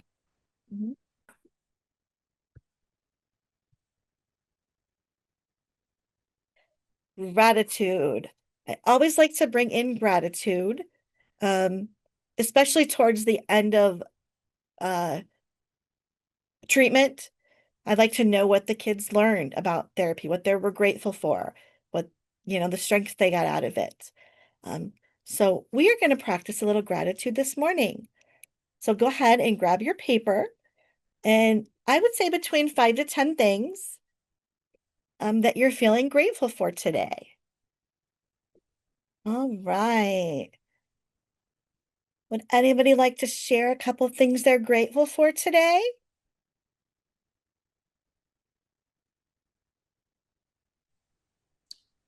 I share just a couple things, just having the flexibility to be able to do trainings like this, and just the sunshine and warmer temperatures.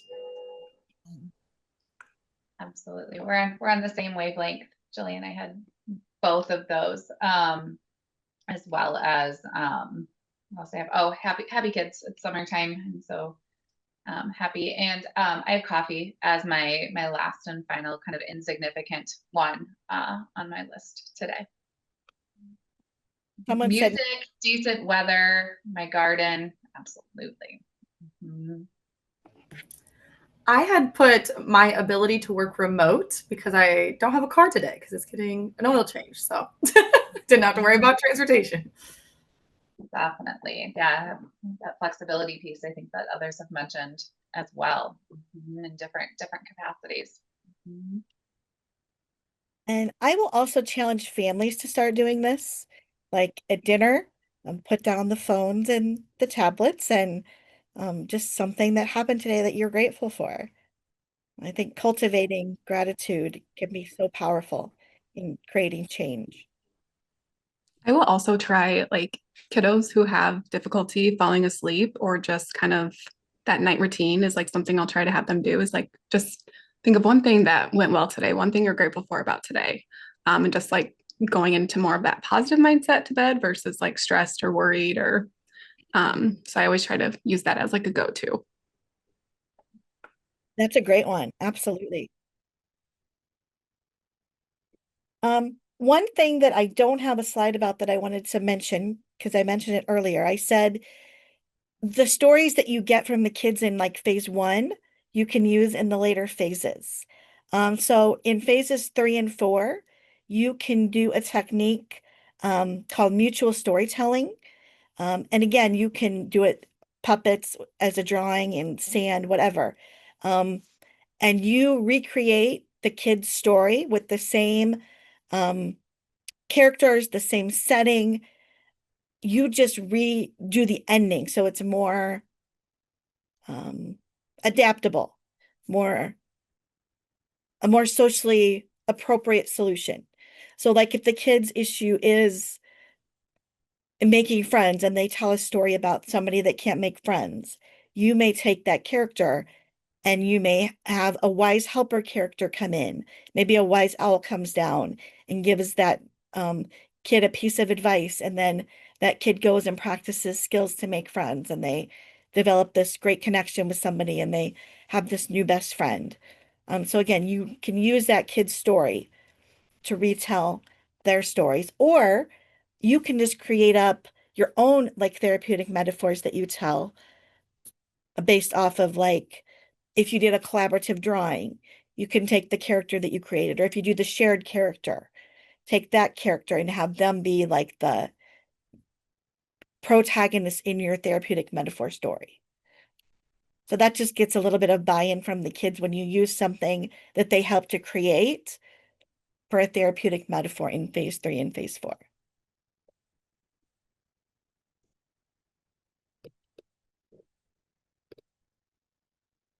Right.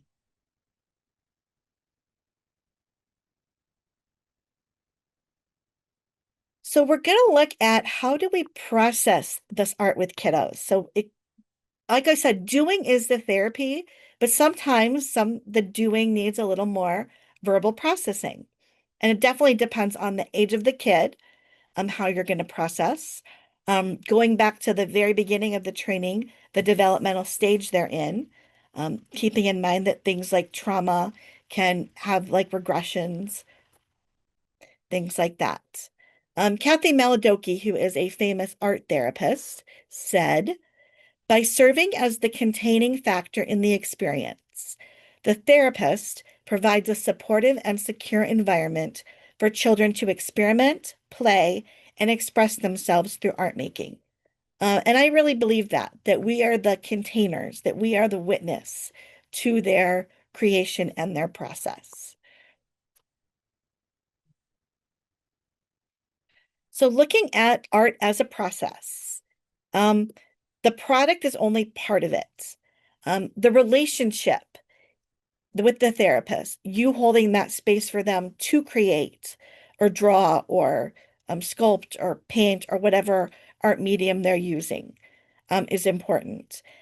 Lisa Dion says the therapist is the most important tool in the room, and I really believe that relationship is what starts to create that healing for that kiddo.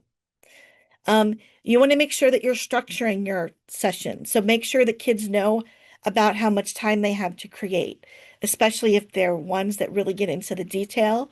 Make sure they know how much time they have. You want to meta-communicate, or like I said, make guesses about the kids' narrations or noticing things about their creations. This helps them to externalize thoughts and feelings. So if we notice on a kinetic family drawing, I noticed that mom has a smile and dad looks like he's frowning. I'm curious what's going on there. Again, that helps that kid to maybe prompt them to start communicate and tell you a little bit more. And then again, keeping in mind that we are process oriented, that doing is the therapy, and that leads to that kid maybe wanting to show us more, tell us more. So again, if I use that meta communication, I just said that, mom is smiling and dad is frowning. If they don't want to tell you, you can have them show you through the drawing what that's about. And maybe that's a little bit easier for them than telling. So areas that you can question or meta communicate. I'm curious what title you would give your creation or your art. Again, tell me about it. Have them give you an explanation or a tour of it. You can reflect feelings about the art, even inanimate objects. So, your dog looks like he's super excited that you're playing with him in this picture. So again, reflecting feelings. Looking at the interpersonal relationships. Have the objects or the people or the animals in the creations talk to each other.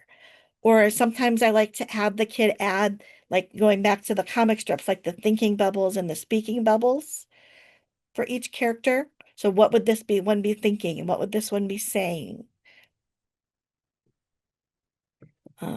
Again, acting out the art, using puppets or sand tray figures to communicate or act out the art. Again, drama or movement. If, instead of like telling me how this feels, show me how it feels. Act it out. What's a big body movement you can do that shows me how this feels? And sometimes I will, with permission, record the shows or the performances, especially if it's in that phase 4, we're working on a skill so that, again, they can play it back and remind themselves of the steps of the skill. Some more things, some process-related stuff that we're looking at. Does the kid wait for directions or are they more impulsive? Are they plunging right in when you bring out the art materials? Are they calm or are they more restless or agitated as they're creating? Or when you're processing or talking about the art, are they active participants, engaging, or are they more withdrawn? Are they able to concentrate on their work or are they more distracted? Things like that. And does that change? Does it change with the activity? Does it change with the medium of art that you're doing? Like when they're painting, are they really focused? But when they're drawing, they're a little bit more distracted, things like that. Do they follow the instructions or the prompts? One thing about when I give a prompt is I give it to the kid And I don't sit there and remind them of the prompt. I don't be like, don't forget you're drawing a picture of your family, and they start drawing a garden or animals or something. Again, that could be for the kid, that's their metaphor. That works for them. That's where their brain is going that day, and that's okay. But it is interesting. Again, you're gathering information. Do they follow the prompt, or are they frustrated or unable to follow those directions? Are they confident about their drawing, or are they more judgmental and concerned about their mistakes? Are they able to work independently, or are they more dependent on you? Like asking, what color should this be, or what should I draw next? And again, in that case, we would return responsibility. That's up to you, or in here, you get to decide. Looking at scaffolding or structuring. Maybe they need step-by-step instructions. Like if they're doing a kinetic family drawing, start with, okay, draw mom, then draw dad doing something. Especially I notice with kids with like ADHD, they need things broken down. Those multiple step instructions are hard for kids with ADHD. Leaving the session. Do they want to take it with them? Are they willing to leave it? Things like that. Or do they want you to keep it? Are they really excited for you to keep it? And again, what are the mediums that they prefer? Messy or neat, precise or inexact? Going back to that continuum and maybe shaking it up a little bit.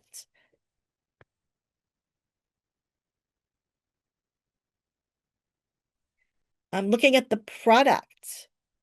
Are they proud of the work, or do they more devalue it? Oh, it's no good, or I made a lot of mistakes, or this looks wrong. What's the imagery look like? Is it expressive? Is it stereotypical? What's it look like? How do they respond to questions or meta communications? Do they give you more information again, or are they more withdrawn? Do they put themselves in the drawings or the creations? Sometimes that's very telling. And then are they able to process it and discuss it? And some kids are going to stay in the metaphor, and some kids are able to go in and out of the metaphor and talk about things in real life. So again, you have to know your kid. And then again, thinking about those developmental stages. Is it developmentally appropriate?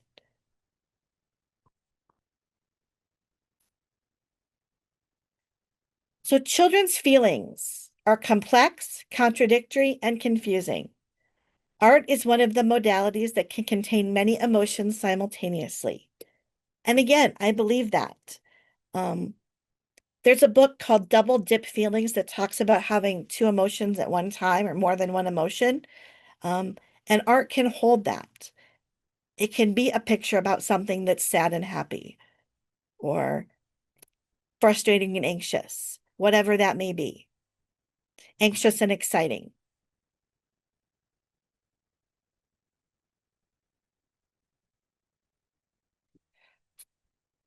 Now, when I go over these next few things, keep in mind that these may be what it means. It doesn't always mean what it means. So again, the meaning, I believe, and Adlerians believe, that the meaning behind something is assigned by the client or the doer. But these are some possibilities. So again, before age 4, children are not really conscious of their color choices. It's just kind of whatever is available. As they get a little older, they start associating color with that of their environment. And colors may or may not have meaning. Again, that 6 to 9, that concrete stage, they're very rigid and rule bound when it comes to color. And then the older they get, they can use it both realistically and more abstractly. Red is said as one of the most emotional colors, attributed to things like aggression, anger, hate. Yellow is usually thought of as energy or light or positive. Blue kind of gets both sides of the coin, that double dip. your peacefulness and kind of your sadness, depression. Black, again, more negative, dark, fear, threats. And then younger children prefer the warmer colors, while older children lean towards cooler colors, which I found very interesting. Looking at size. So the size of a figure is said to be related to that individual's self-esteem or personal adequacy. So again, it's something to explore when a kid makes a big or a little picture and explore how they feel about it and their sense of self-esteem.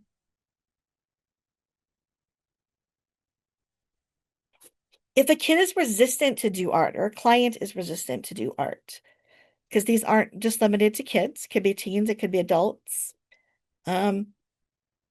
You can start it for the kid.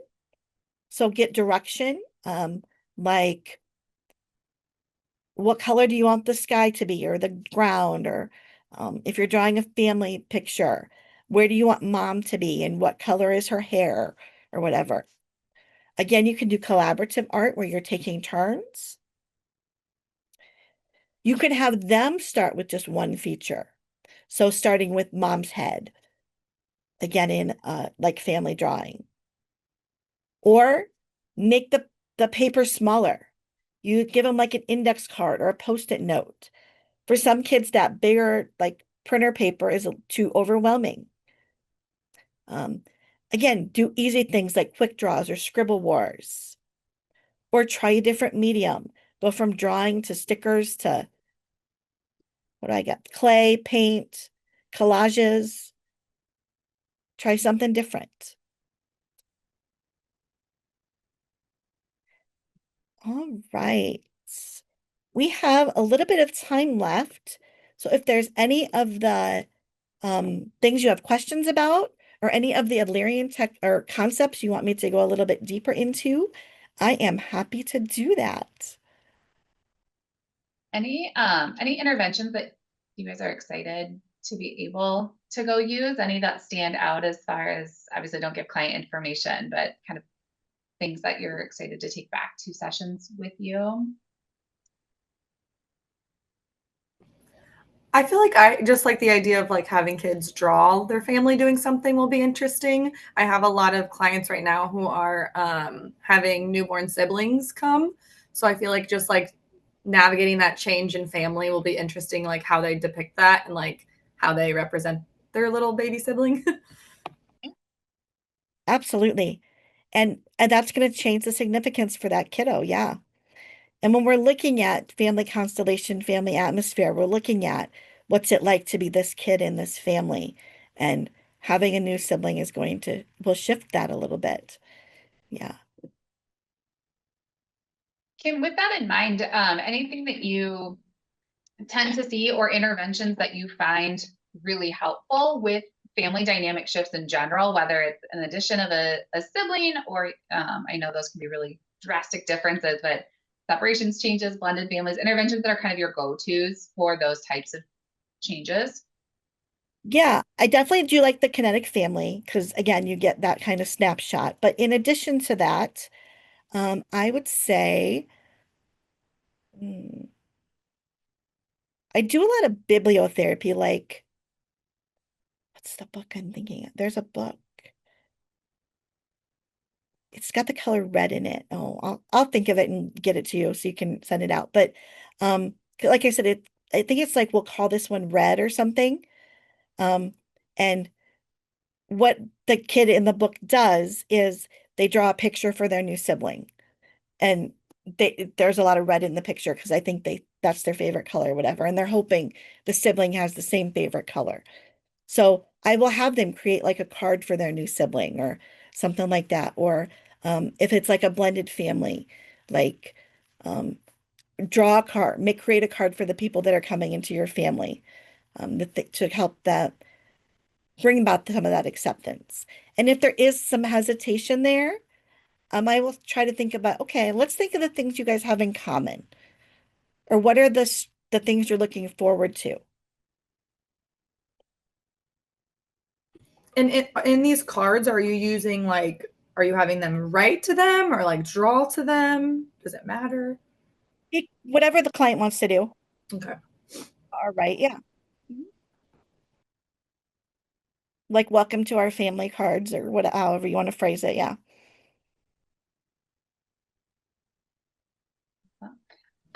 Thinking back, way back in the training, I know you shared that slide, Kim, about kind of different art modalities and kind of where those are at. And it takes me back to a training I went to a lifetime ago. And that training was specifically for survivors of sexual assault and things like that. And it talked about being really kind of conscientious of what art materials were being used based on maybe where somebody was at with their levels of trauma because of where it is at in the brain. Anything that you've kind of run into, especially with that Adlerian perspective and kind of whether it's where the child's at or phases where you find different art materials more or less beneficial or useful in the playroom, or things to just be aware of? Yeah, I look at it again, like where do I want that kid to focus? Like, do I want them to more cognitively look at the problem? I'm going to use some of those more resistive materials. If I want them to be more feeling oriented, I'm going to use some of those like more flexible materials like the finger paints and the watercolors. Um, and again, if it's like if I'm looking at more trauma, I want that more bottom brain stuff, regulation. So I'm going to again use kind of more um, flexible materials because that gets more at the brain stem, the word I'm looking for. Awesome. Mhm. A question coming out of the chat. How do you do the family drawing when it's a foster family and the foster parents only want them included, but the kids want their bio parents included? So maybe you prompt it and the kids ask if everyone goes in, including the bio parents, and the foster parents quickly say no, just themselves as the foster parents, and kind of deter the kids from including who they want to include in those pictures. I would follow that up and I would say, in here, you get to decide who's part of your family. And I would definitely probably stress that in here as kind of like I'm the authority. And hopefully the foster parents would pick up on the cues. And then I would probably coach them afterwards, like or in a parent consult session that, the kid gets to decide who their family is and they get to create that meaning for themselves. Um, what about when the foster parents are absolutely against it? They're moving towards adoption and they say that anytime they have done a visit or they discuss anything about the bio parents, it ends in weeks and weeks of like dysregulation. And so they're just absolutely against it. But that kid in your session is really wanting to include them. During the session, what do you do? Say the foster parent is still no. Adamant that no. I would definitely reflect the feeling to the kid. You're really sad that, your mom or dad or your parent isn't here. Um, I would still probably stick with, yeah, or maybe reflect the feeling of the foster parent, you know. I understand that you feel frustrated when we bring up mom or dad again or parents, and in here this is for Johnny, so they get to decide. Validate, but then, yeah. And then how do you deal with that fallout? Even though within the session you're validating and but then backing up like this is really a time to really express it, because if we just hide it, it's just going to cause more issues. How do you deal with that outside of session? When what you're trying to do in session is expressive, play-based. They're not really expressive, play-based people. They're not flexible, low frustration tolerance. Yeah. I would definitely end the session with some sort of grounding or regulation activity for Okay. everybody that's there. maybe a gratitude or something to send them out so they're all kind of regulated at the end as much as possible. And then again, I would follow up with maybe a parent session or a phone call or something. And I might even bring in the research that play is how kids express themselves best. And in my playroom, that the kid gets to express themselves however they feel fit. And that's a safe place. I want that to be a safe place for them to do that.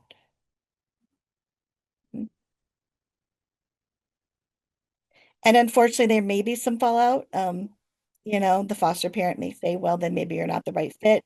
I get that, but those are my values that I feel as a therapist that I uphold. Unfortunately, our area, there's not a lot of people that take the foster care Medicaid. Oh. So even when they really feel you're not the fit, Uh-huh. there's just not Yeah. a lot of options.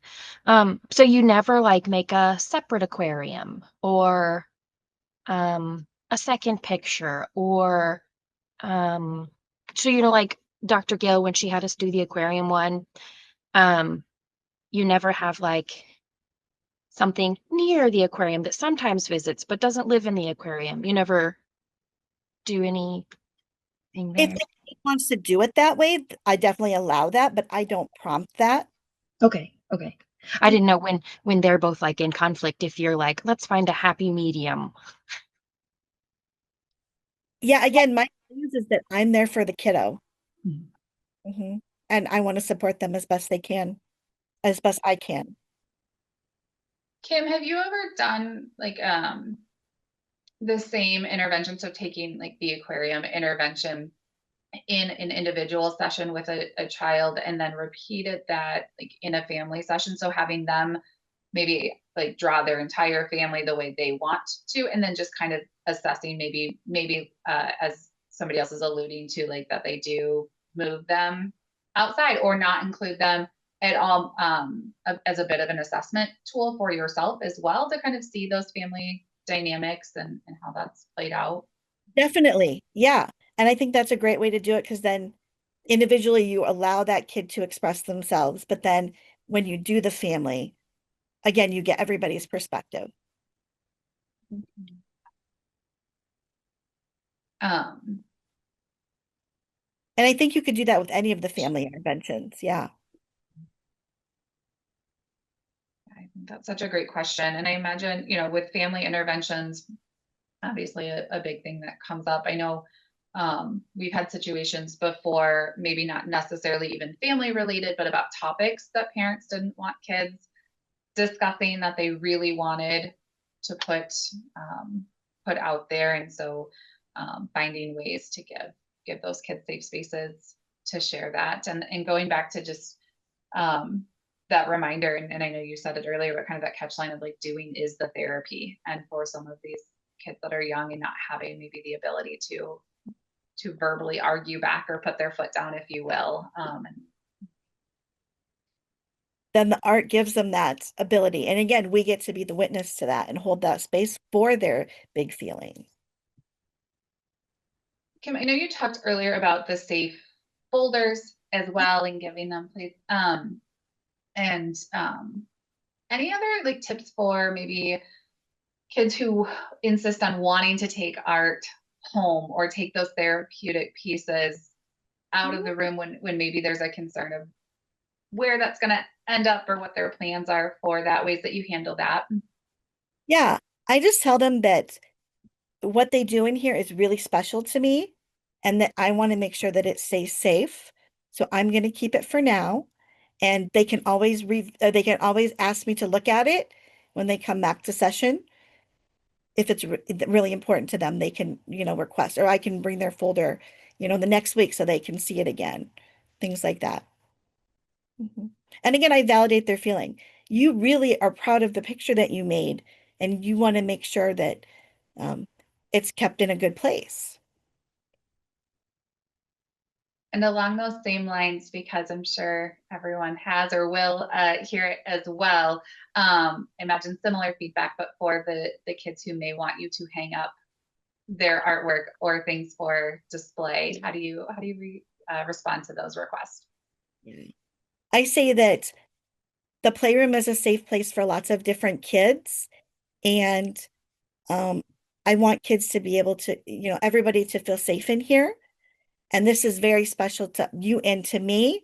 So we're going to put it in a special spot. And then again, I always say we can look at it together next time you come.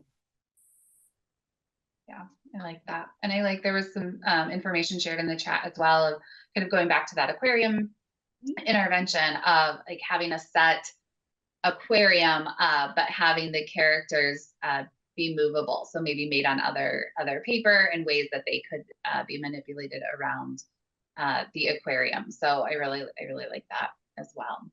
I've done it. Again, if you want to throw an extra challenge in there, you give them construction paper to make their what animal or fish or whatever in the aquarium, but you don't give them scissors.